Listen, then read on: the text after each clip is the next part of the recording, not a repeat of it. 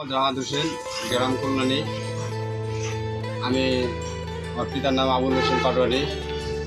এই কিছু আমরা জানি না, সেই পরিপ্রেক্ষিতে মফিজুল এবং তার আশেপাশের লোকজন মিলে এবং তার ভাগী গোষ্ঠী যেমন আব্বাস, তারপরে সুবাহান, আরও মনে করেন আশেপাশের কিছু আমাদের বাড়ির পাশের কিছু লোকজন মিলে আমাদের যে ক্ষয়ক্ষতিটা করছে, এই ক্ষয়ক্ষতির তো মনে করেন আমরা না, কারণ আমরা তাদের বিরুদ্ধে কোনো ছিলাম না।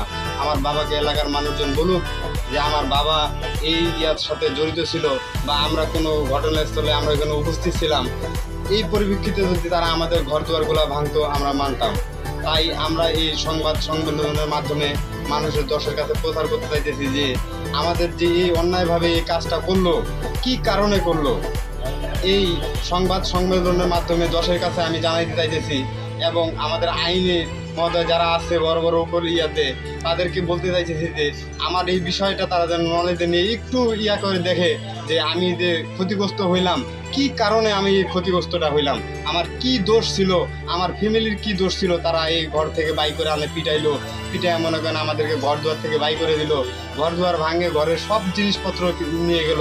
আনুমানিক আমাদের ঘরে মনে করেন 2 জোড়া হাতের চুড়ি ছিল, কানের ছিল, আমার বাবার নগদ কিছু অর্থ ছিল ঘরের মধ্যে।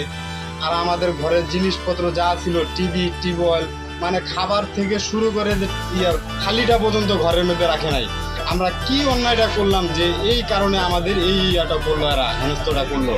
আমরা দশের কাছে এবং আইনি মহোদয়দের কাছে এবং আমাদের এমপি মহোদয়ের কাছেও আমি আমাদের এই হাত জোরে অনুরোধ করতেছি যে আমার বিষয়টা যেন তারা একটু দেখে।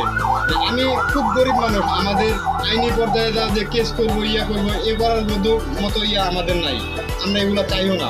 তাই আমরা এই সংবাদ সম্মেলনের মাধ্যমে সবাইকে জানাইতে চাইতেছি এবং বুঝাইতে চাইতেছি যে আমাদের কেন এই ক্ষতিটা করলো। আমরা তো ওই বিষয়ে কোনো ইনভলভও ছিলাম না, কোনো ছিলাম না। ঝগড়াঝাটি হলো আমার বড় আব্বার সাথে মফিজুল বলবে আমার জয়নাল পাটোয়ারি।